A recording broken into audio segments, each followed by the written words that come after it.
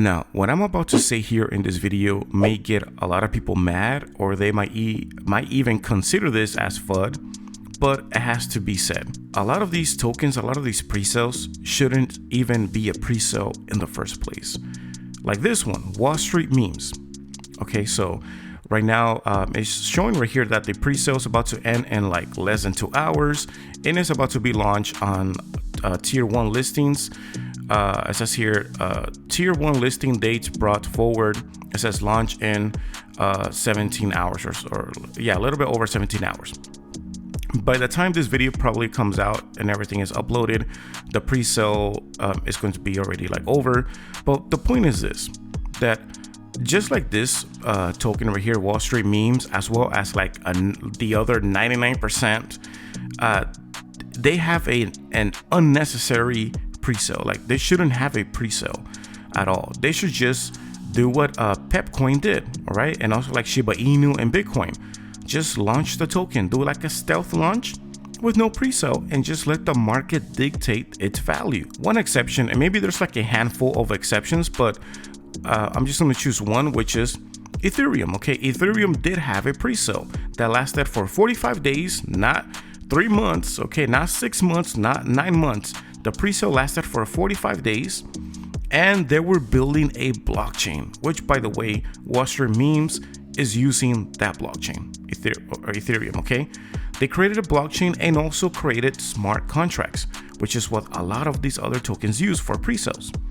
So the problem now is that they're pretty much, Wall Street Memes are not treating cryptocurrency as a currency, all right, as well as all these a whole bunch of other pre-sales. They're not treating their cryptocurrency as a currency to exchange or to make purchases or to use, right? Similar to fiat money, the same way how Ethereum and Bitcoin are used. There's some places where you can actually use Bitcoin to make purchases, like El Salvador and also other stores, online stores. And Ethereum as well. There are some stores, online stores, where you can make purchases with Ethereum. So in other words, they're treating these tokens, okay, Bitcoin and Ethereum, as currencies, like the name implies, in cryptocurrency. It's just a digitalized type of currency, all right? But a lot of these pre-sales, that's not the point of their token. They're not trying to use it as a type of currency. Most of them, basically, it's just being used as just a security, pretty much, all right? And that's where the SEC wants to come in fully into the crypto space and add regulation. Now, there are pros and cons of adding regulations, okay? Me personally, I have like a mixed sentiment, mixed thoughts when it comes to that, because on one side we have Bitcoin, which was created to be independent from the government, okay? Ever since the 2008 crash, happened with the housing and everything, the bubble when it burst. So then a little bit after that, Bitcoin came to be, but it was with the intention of not being, dependent of the government, just having a different currency outside of the government so that people can use freely. Right? So that's a good thing. So we don't want the government involved. We don't need regulation. The problem was that as the value kept going up for Bitcoin, because a lot of people started buying it and the supply was, somewhat small compared to now, the value started to go up and people started to treat Bitcoin, cryptocurrency, as a security. They started treating it as a stock, as an investment. And then that's where the problem was. And then from there, Ethereum came, also created with smart contracts. So that just opened the doors even more to create even more cryptocurrencies. They don't have to create a blockchain. Ethereum pretty much saved them the work. All they got to do is just use their blockchain, create a smart contract, and you're off to a new token. All right, running on Ethereum. There is where the problem began, the deviation from treating a cryptocurrency as a currency into treating it as a security.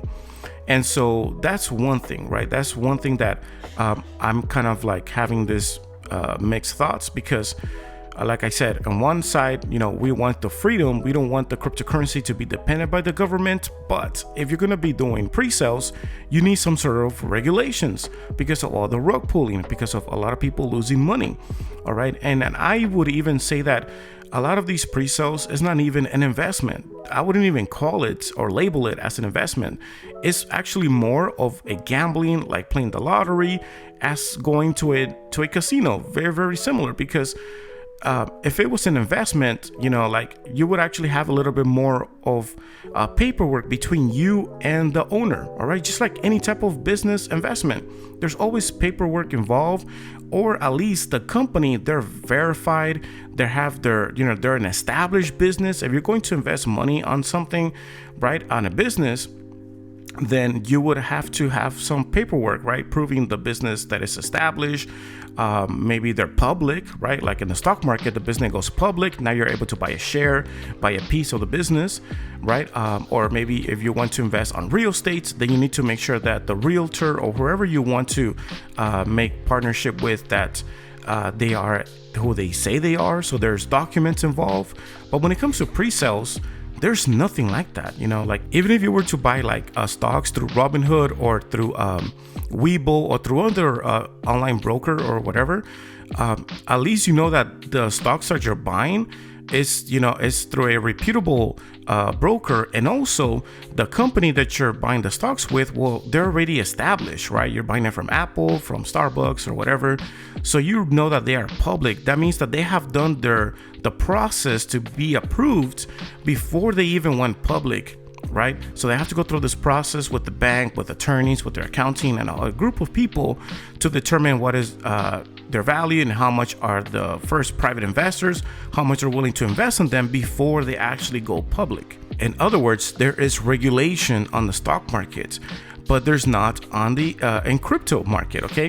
Which some people may even argue that there should be some regulations, and again, that's where I have my mixed thoughts on this, because I also believe that when it comes to pre-sales, there should be some sort of regulations, some sort of rules that they need to follow, that before somebody does a pre-sale, they need to provide some sort of, there should be a process, right, that they need to go through before they actually launch and pre-sale, where they can get verified. And I'm not talking like KYC to verified and stuff like that. I'm talking like actual a legit way of verifying, where we can see who are the owners and everything, and that there could be legal consequences if they try to do anything funny.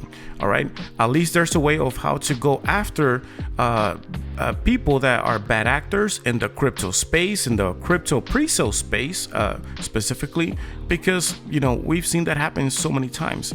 But if they were to have cryptocurrency pre-sales regulations, then that will kind of go against the belief of the creation of cryptocurrency in the first place, which was Bitcoin, right? Which was to be independent from that. So there's a conflict of, I guess, interest there between having regulation and not having regulations. Okay, having regulations, it kind of defeats the purpose of the creation of cryptocurrency, which wanted to be free from the government. But if you add regulations, it adds sort of a safety mechanism, I guess, or system, where it kind of mitigates, at least. I don't think it's going to like completely just annihilate, into 0% of any type of risk when it comes to like rug pulls, but at least it would greatly, significantly mitigate that type of things of happening, right? But just to conclude here in this video, I think that this should have just done a stealth launch, all right, similar to Shiba Inu, also Pepcoin, and another handfuls of tokens, all right, that they have launched without needing a pre-sale. And that way, the market will dictate the value of this token. All right, because at the end of the day, guys, right here, the person who wins here is the owner or the team behind this token. They're the ones that win. Okay, they are getting the money for sure. Okay, now we don't know if they're making 25 million. We don't know if it's more or if it's less. It's really difficult to kind of confirm that, to really check on that, because it's not an Etherscan of how much money they're actually making. This amount can just be also as a form of marketing to get people's attention, to create FOMO. It could be another tactic. I'm not really quite sure, but there's just no way. It's really hard to really find out for sure. But at the end of the day, guys, the house always wins. Okay, so they're making their money for sure. All right, now if we buy this token, are we making money? That is not for sure. All right, and some people might say, well, that's with any investment, you don't know if you're going to make money for sure. But there's a difference between when you're trying to invest using pure luck, and also when you're investing with skills, okay, or when you're doing it on a business that it is legit. All right. So what I mean by that is that cryptocurrency isn't a very high risk. All right. Cryptocurrency pre-sales, to be specific. All right. Not the existing cryptos like Ethereum and Bitcoin that have been around for like a very long time. But I'm talking about these new tokens that are popping up like every day. All right. And these new pre-sales, those are like the most riskiest investment. If you want to call it investment, I say more like gambling, like playing the lottery that you can do, because it's just like playing poker. It doesn't matter how much skill you have. All right. You always end up, or you always rely on luck. All right. All it takes is one card. All it takes is one combination of cards from your opponent to get right at the right time. All right. Or maybe get another card from the stack and just, they pretty much got it made. They practically like won the game. All right. Or just for the other person to fold. Okay. And just kind of like bluff your way out. All right. To making the other person believe that you don't have the right cards, and they fold, and then they pretty much quit, they forfeit, and then you win the game. All right. It's about, it pretty much is based on luck. All right.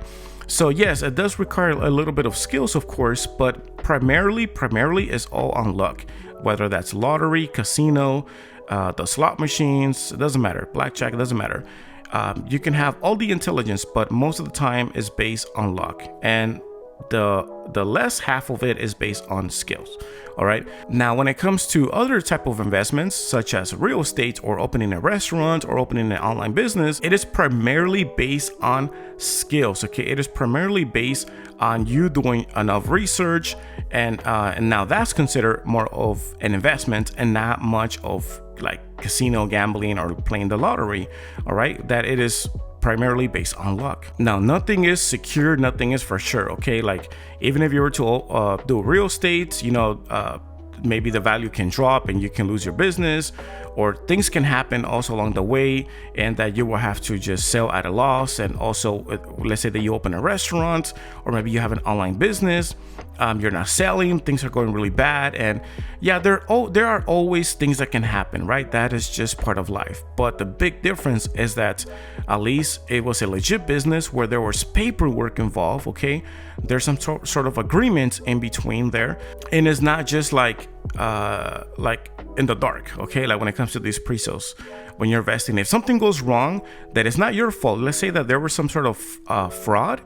At least when it comes to like real estate, if you were there was fraud and a business agreement that you did with someone and they defrauded you, you can go after them. Okay, that's the difference. If you did a restaurant business partnership with someone and they defrauded you, like they did you wrong, you can go after them because you got proof. All right, and so forth like that. Okay, like said that you were trying to buy supplies from a supplier for your online business to sell products that never delivered, you can go after them. Okay, but when it comes to these pre-sales, you cannot go after them. Okay, when you lose money in the casino, you cannot go after them. When you lose money, playing poker, or again like pre-sales here, or anything that relies on luck, you cannot go after them, or on lottery. So just keep those things in mind. Hopefully this makes sense. I try to like put all my thoughts here as the best that I can here in words. But hopefully you guys were able to understand, and yeah, share your thoughts. What do you guys think about all of this down below? Hopefully I didn't make this video too long, but yeah, this is pretty much what I have to say here on this project on Wall Street Memes, and not just on this one. Like I said earlier in the beginning, like 99% of all the pre-sales, they're completely unnecessary. They shouldn't even be a pre-sale.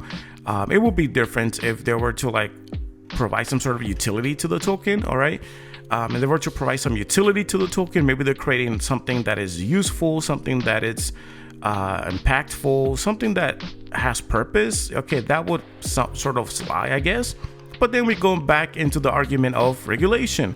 So if they are treating the token, the pre-sale, as an investment, should there be regulations? And then we're going to go back and forth from there, right? Should there be regulations? Should there not be regulations? Isn't cryptocurrency supposed to be free from the government, not be involved with the government, but maybe it should be involved with the government because of all these rug pulls and, so yeah. I'll just stop here, guys. All right. Share your thoughts. What do you guys think? And down below in the comment section down below. And I'll see you on the next one. Peace.